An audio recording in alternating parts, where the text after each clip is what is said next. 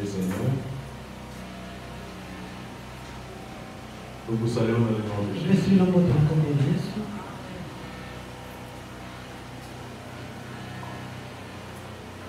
Comme le pasteur vient de le dire, je me nomme Père Serge. Je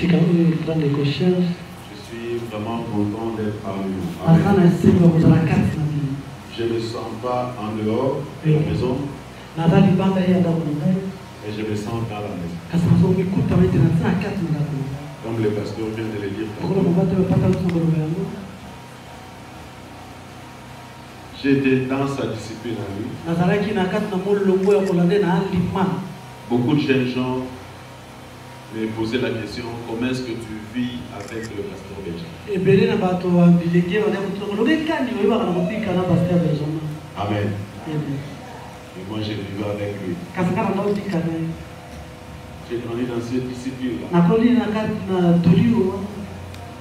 C'était pas facile, mais ça valait la peine. Amen. Aujourd'hui, le Seigneur a fait grâce. Moi et ma famille, nous ne sommes plus ici.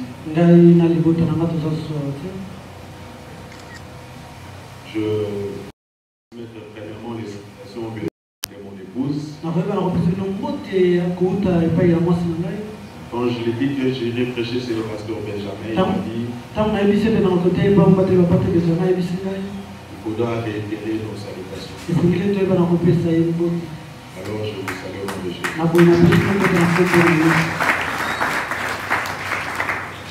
Les salutations venant aussi de mon pasteur,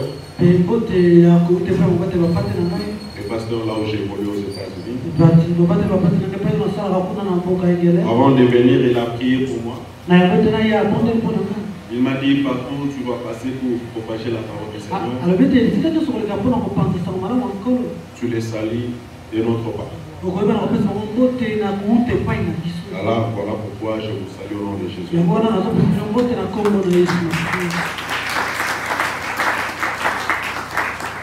Amen. Sans plus tarder, nous passons la parole de Dieu. Nous sommes dans 2 Timothée chapitre 4, verset 9 à 15. J'ai besoin d'un lecteur s'il vous plaît. Avec la lecture. 2 Timothée chapitre 4, verset 9 à 15. Et puis vous sautez, vous lisez le verset 21. Lisons au nom de Jésus. Viens au plus tôt vers moi, car Démas m'a abandonné par amour pour les siècles présents. Et il est parti pour Thessalonique. Crescent est allé en Galatie, Tite en Dalmatie. Luc seul est avec moi. Prends Marc et amène-les avec toi, car il m'étude pour les ministères. J'ai envoyé Tichique à Éphèse. Quand tu viendras, apporte un manteau que j'ai laissé à Troas chez Carpus, et les livres, surtout les parchemins. Alexandre le forgeron m'a fait beaucoup de mal. Le Seigneur lui rendra selon ses œuvres. Garde-toi aussi de lui, car il s'est fortement opposé à nos paroles. 21. Tâche de venir avant l'hiver.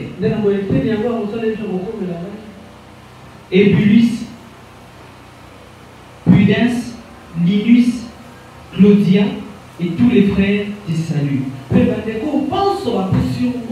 Amen. Amen. Là, vous allez écrire pour que ça soit ici. Écrivez juste, on va pas lire trop de temps. Nous sommes encore dans Genèse chapitre 40, verset 20.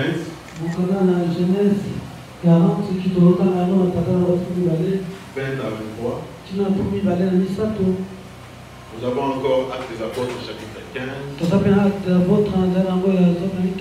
versets 33 à 40. Et puis nous avons Jean chapitre 5, verset 3 à 9. Cher Saint-Esprit, nous te prions, mon Dieu, d'être avec nous.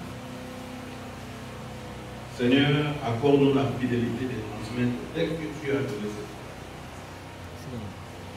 À ceux qui vont écouter cette parole, Seigneur, ouvre les oreilles, afin de capter tel que tu l'as donné, qu'il n'y ait pas d'erreur. Toute puissance que l'Éternel a prévue, mon Seigneur, je détruis, je neutralise cela dans le nom de Jésus. L'Esprit de Dieu règne et move dans le Saint-Esprit. Au nom de Jésus, nous avons prié. Amen. Alléluia. La saison des oubliés. Il est temps que le Seigneur se souvienne de toi. Il est temps que le Seigneur pense à ta vie. Il est temps que le Seigneur puisse faire quelque chose dans ta vie.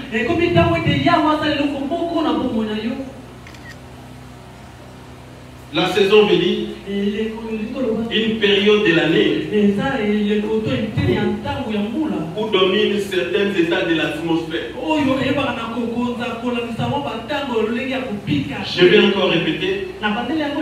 Les saisons veut dire une période de l'année où domine une certaine état de l'atmosphère. En d'autres termes, une saison veut dire une période de la vie humaine caractérisée par des traits particuliers. Encore une fois, une saison veut dire une époque de l'année, une période de l'année où domine une certaine maximum d'activité dans la vie de quelqu'un dans un secteur donné.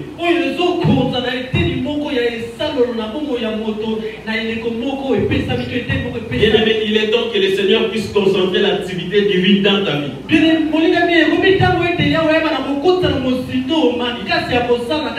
On est maintenant dans la saison où le Seigneur va te visiter et il va concentrer ses activités dans ta vie.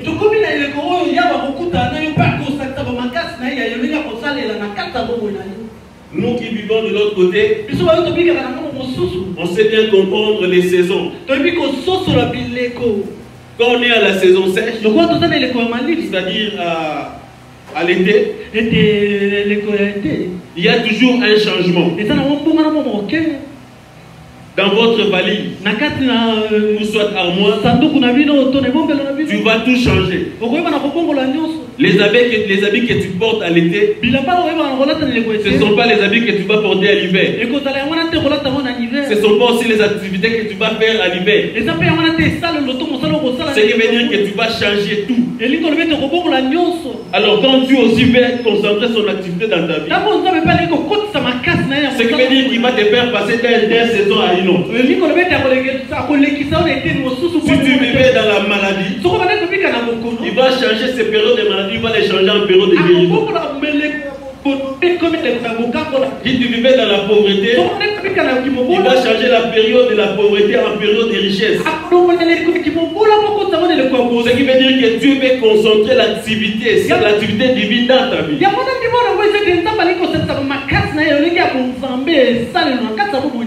Alléluia.